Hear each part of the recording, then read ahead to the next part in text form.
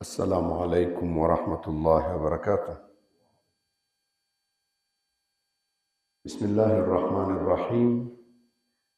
الحمد لله رب العالمين، والصلاة والسلام على رسول الله نبينا محمد صلى الله عليه وآله وصحبه ومن تبعهم بإحسان إلى يوم الدين. رب اشرح لي صدري ويسر لي أمري واحلل عقدة من lisani yafqahu qawli. Wa ba'd, baada ya kumsifu Allah na kumtakia rehma mtume wetu Muhammad sallallahu alayhi wa alihi wasallam, jana katika mtiririko wetu tulikuwa baada ya kuzungumza kwamba lau kama mtu atakimbia kumjua Allah subhanahu wa ta'ala na majina yake na akakimbia kufuata taswira zile ambazo Allah mwenyewe amezieleza, basi huyu mtu akibeba taswira nyingine za kutengenezewa tu hapa duniani, siku moja atajikuta amepata tukio la kumshangaza sana na hataweza kurudisha nyuma. Tukawa tumo ndani ya kuyajibu maswali ambayo Allah mwenyewe ametufundisha majibu yake na huwezi kuyapata sehemu nyingine. Tukawa tumejibu moja, hikma za misiba ni zipi na ni wapi mimi nimetoka. Allah ametupa majibu, tukaona kwamba Allah mwenyewe subhanahu wa ta'ala amekwisha tujibu. Yeye ndiye aliyeumba uhai na mauti ili akujaribuni ni nani atafanya vizuri hapa duniani. Na hikma za misiba tukawa tumezungumza zilizozungumzwa kwenye surati al-Baqara aya 155 kwamba Allah mwenyewe anatujaribu katika haya maisha kuwa tupate aina za woga baadhi ya nyakati, njaa, kupungukiwa na mali, kufiwa, matunda, na akasema wape habari njema wale ambao watakuwa ni wenye kusubiri katika haya. Tukaona pia katika mafundisho ya Mtume sallallahu alaihi wa sallam kwamba jambo la muumini ni la kustaajabisha sana, kwani kila jambo analokuwa linalomtokea yeye kwake ni kheri. Likimpata la kumfurahisha ni kheri kwake, kwa sababu atakuwa ni mwenye kushukuru na ataongezewa, na akipatwa na jambo la kumpa misukosuko basi husubiri, na kule kusubiri huwa ni kheri kwake. Leo tukiendelea vile vile katika kupata majibu ya maswali haya yanayokuwa yanatusumbua, ambalo moja litakuwa hapa, kwa nini mimi nimekuja, kwaje, na mwisho nini, au kwani nimekuja vipi, ikoje, utaratibu gani yani hasa ulionifanya mimi nikawa nimekuja, siri ya maisha haya kuwepo duniani ni nini? Ndugu zangu, lau kama mwanadamu atabeba shahada zote za dunia unazozijua, za masomo yote akawa amechukua nazo yeye, sifa za shahada hizi akikata roho tu zimekwisha zote unazozifahamu. Huyu ni mtaalamu wa hiki wa kile, akishakata roho tu furaha ya shahada zile na faida kunufaika kwake na zile huwa kumeshamalizika. Lakini lau kama atajipendekeza kumtafuta Allah, akajipendekeza mpaka akawa amemjua, maarifa yake haya ya kumjua Allah yatamnufaisha hapa duniani na baada ya kuondoka pia. Haya maarifa haya yatamsaidia na yatamnufaisha sana, na yatakuwa kwake ni furaha moja kwa moja. Sasa hebu tuangalie katika yale maswali ambayo tunatupa tabu. Nimetoka wapi mimi sasa? Wapi mpaka nikaja hapa? Allah subhanahu wa ta'ala katika suratul Baqara na nyingine anatupa majibu haya ya kukinainisha kabisa, manake ni mwanzo wa maumbile yetu, wala tuko hatuko, yeye ndo anatupa historia. anasema hivi katika sura al-Baqara aya 30, a'udhu billahi minash shaitani rajim, wa idh qala rabbuka, waeleze mtume watu hawa, idh qala rabbuka, wakati ule aliposema Bwana wako, lilmalaikati, kuambia malaika, inni ja'ilun fil ardi khalifa, mimi na mpango wa kuweka katika ardhi ile, kuweka msimamizi. Habari hiyo hatupo sisi, hatuja kuwepo kabisa, hatujaumbwa. Mungu anazungumza anachotaka kukifanya kwetu, ambao atatuumba. Malaika, mimi nina mpango wa kuweka kiongozi atakayesimamia pale, msimamizi wa sehemu ile, kwa mpango wangu mimi asimamie pale, khalifa. Malaika, Allah anatuambia, qalu, malaika wakasema, ataj'alu fiha, ya Rabbi, utamweka katika ardhi ile, man yufsidu fiha, yule ambaye atafanya uharibifu, wa yasfiku dimaa, na atamwaga damu. Malaika walijuaje habari hii ya kwamba tutafanya uharibifu na kumwaga damu na hatujaumbwa? Ni hivi, ni pale tunapopitia kwenye darasa zetu nyingine tukasema Allah kabla ya kutuumba aliumba kalamu, akaiambia andika. Kalamu kaandika, na kabla ya kuandika kalamu ikasema, ya Rabbi, niandike nini? Kitu gani niandike? Tukaambiwa na Mtume sallallahu alaihi wasallam, fajara fi tilka saa ma huwa kain ila qiyam saa, vikawa vinapita kuanzia wakati ule wa swali lile la ile kalamu, niandike nini, vikapita mbele ya kalamu, vinapita vile vinavyotakiwa kuwa katika ulimwengu mpaka siku ya kiyama, vyote vilivyotakiwa viwe vikapita, kalamu ikasajili. Ni kwamba Allah tayari baada ya kuumba hiyo kalamu akaumba Lauhul Mahfudh isajiliwe, kalamu ikasajili, ikaandika vitu vyote. Maana yake ni kwamba baada ya kuumbwa malaika, nao wakaona habari ya wanadamu pale kwenye bodi, pia hao watakaoumbwa, anawasema Allah kwamba nataka niumbe kiumbe nimweke pale, maandiko na picha zilizoko pale, malaika chap wakaziona, huyu khalifa anayetakiwa kuumbwa duniani, si ndio wale watakaozaliana wale pale, anawaona. Wakaona maisha yetu yalivyo, kuna kupigana sana na kumwaga damu nyingi, na malaika walivyoumbwa sifa zao, wao ni watiifu, hawapingi kitu na hawana ugomvi kwao. Kwa hiyo walikuwa wanatamani waone viumbe kama walivyo wao, utiifu tu. Hawakutegemea kwamba kutakuwa kuna viumbe wao wanafanya fujo. Kwa hiyo wakawa wanaziona zile fujo sana kuliko kuona zile ibada. Wanadamu pia hapa duniani katika yaliyoandikwa ni kwamba wataabudu pia, ndivyo sivyo? Ataabudu, watafanya hija, wataonekana wanazunguka wanafanya, lakini malaika vitu hivyo kwao vipo, hawakuvishangaa, hawakuviangalia sana, wakawa wanaona zile doti zile za kupigana, kumwaga damu, vumu. Ya Rabbi, utaumba viumbe watafanya fujo hao, watamwaga damu. Sisi akasemaje, wa nahnu nusabbihu bihamdik, na sisi tunakusabihi wewe kwa sifa zako, wa nuqaddisu laka, tunakutakasa. Qala, Allah akawaambia, inni a'lamu ma la ta'lamun, mimi najua vitu msivyovijua, acheni kujadili hilo. Basi wakawa hawana cha kufanya. Sasa kwenye sura hii, aya hii, kuna ujumbe hapa. Kabla hatujaumbwa, Allah ametangaza kutuumba, kutuweka wapi?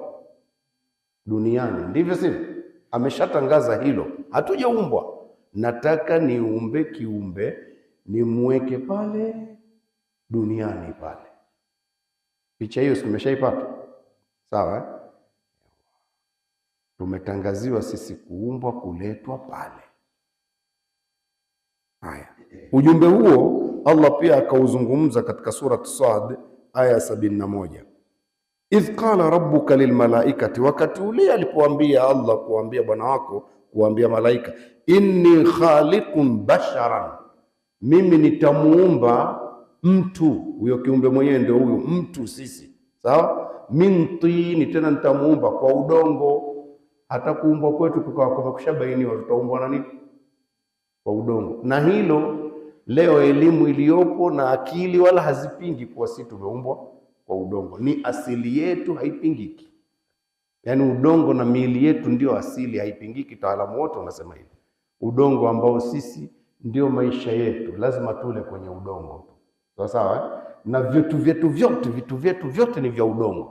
Na kwa kuwa udongo ndio mama kabisa kwetu, ukiingizwa kwenye udongo unayeyuka haraka sana. Mtu akigusishwa udongo tu mara moja, siku 2-3 tamkushakuwa maji kabisa, amekushayuka.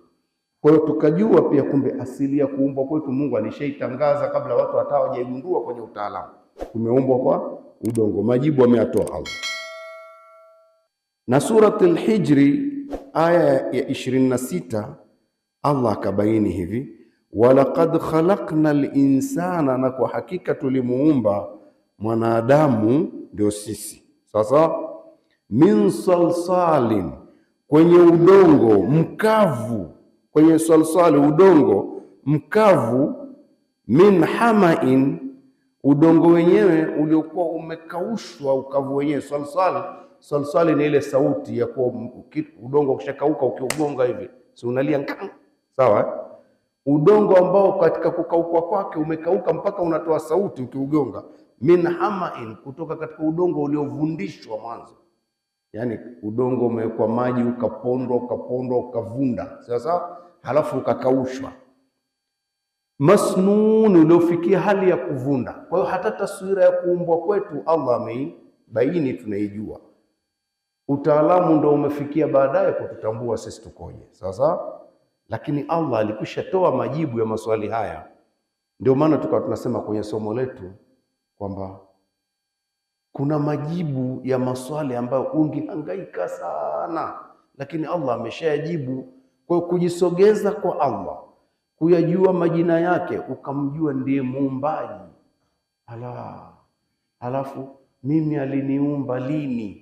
Alikuwa na mpango gani mpaka kuja? Akasema kwamba nimemkusudia kumweka kiumbe msimamizi, anayesimamia, khalifa. Kusimamia manake ni jambo fulani lake huyo anayetaka, au ni wewe unalotaka? Lake yeye, ndivyo sivyo? Na jambo langu nataka nimweke hapa kwenye ardhi hii asimamie. Ardhi yenyewe imekuwa imebainishwa kabisa, fil ardhi, kwenye ardhi ile, sio ardhi ya planet nyingine, hii. Sawa sawa? Khalifa, msimamizi. Kwa hiyo hata kazi tukabainiwa tuje tufanye kazi maalum.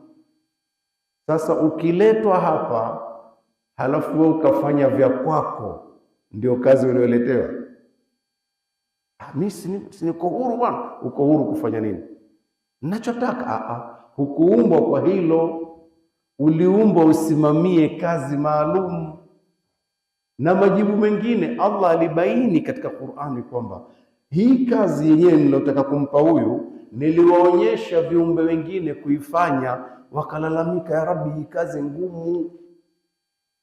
Walionyeshwa wengine, inna aradna al-amanata ala samawati wal ardi wal jibal, tulionyesha hii amana hii ya kubeba, tukaionyesha kwa milima na nani na ardhi yenyewe ibebe vyote. Fa abaina an yahmilna, vikakataa. Ya Rabbi, kweli umesema kuna malipo, kuna na adhabu, sisi tunaiogopa hiyo adhabu, hatuwezi kubeba hizi ya Rabbi.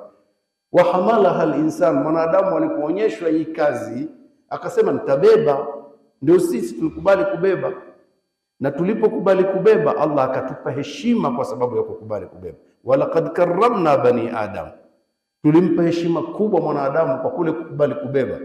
Wa hamalnahum fil barri wal bahr, tukambeba yeye kwenye bara, kwenye nchi kavu na baharini. Kwa sababu ya kubeba ile amana tukampa heshima. Mungu akatupa heshima, viumbe vingine vinatutii. Sawa sawa? warazaqnahum min at-tayyibati, tukawaruzuku vitu vizuri vizuri.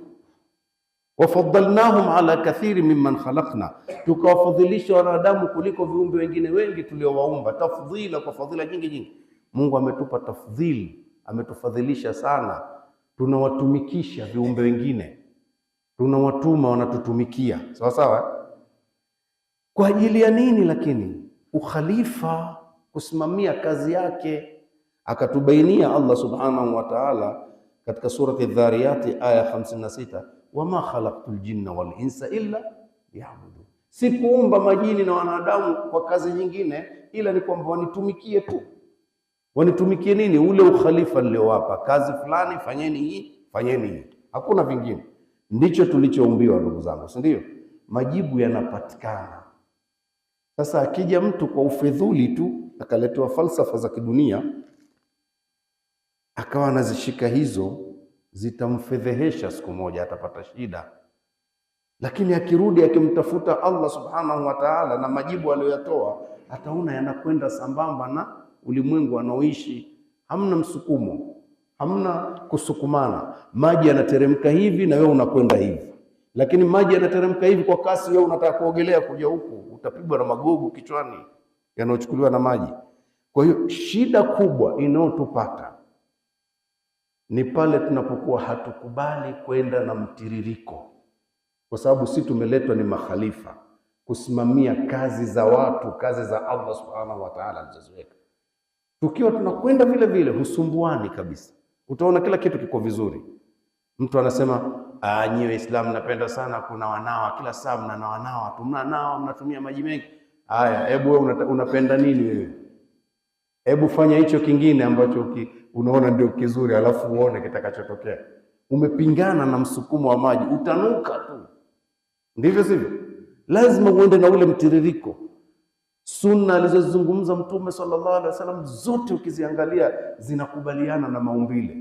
Anakuambia piga mswaki sana. Leo watu wanaambia usipopiga mswaki utapata hili, utapata hili.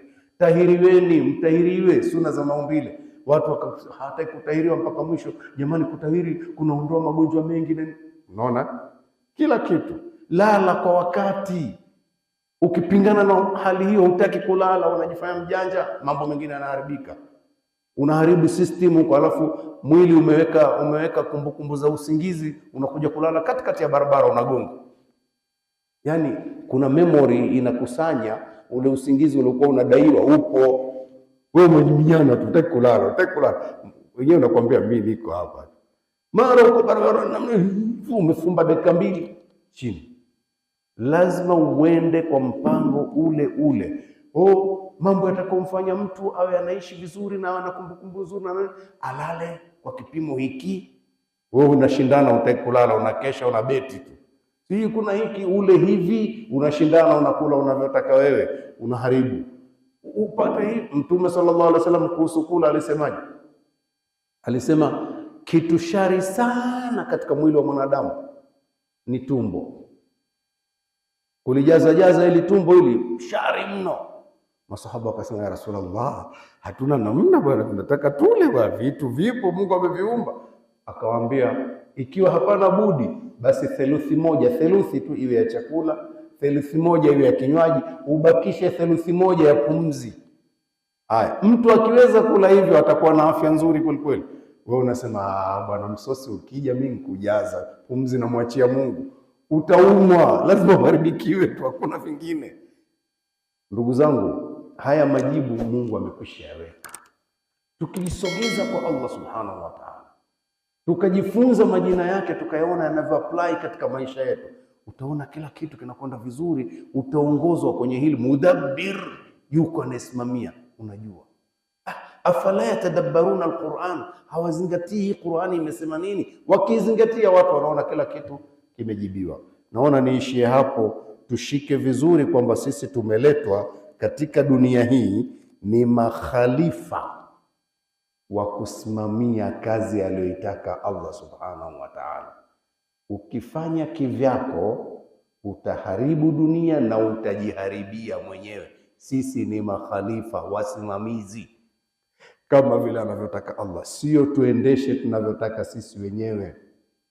Tukifanya tunavyotaka wenyewe, utakuwa umemnywisha ng'ombe diesel.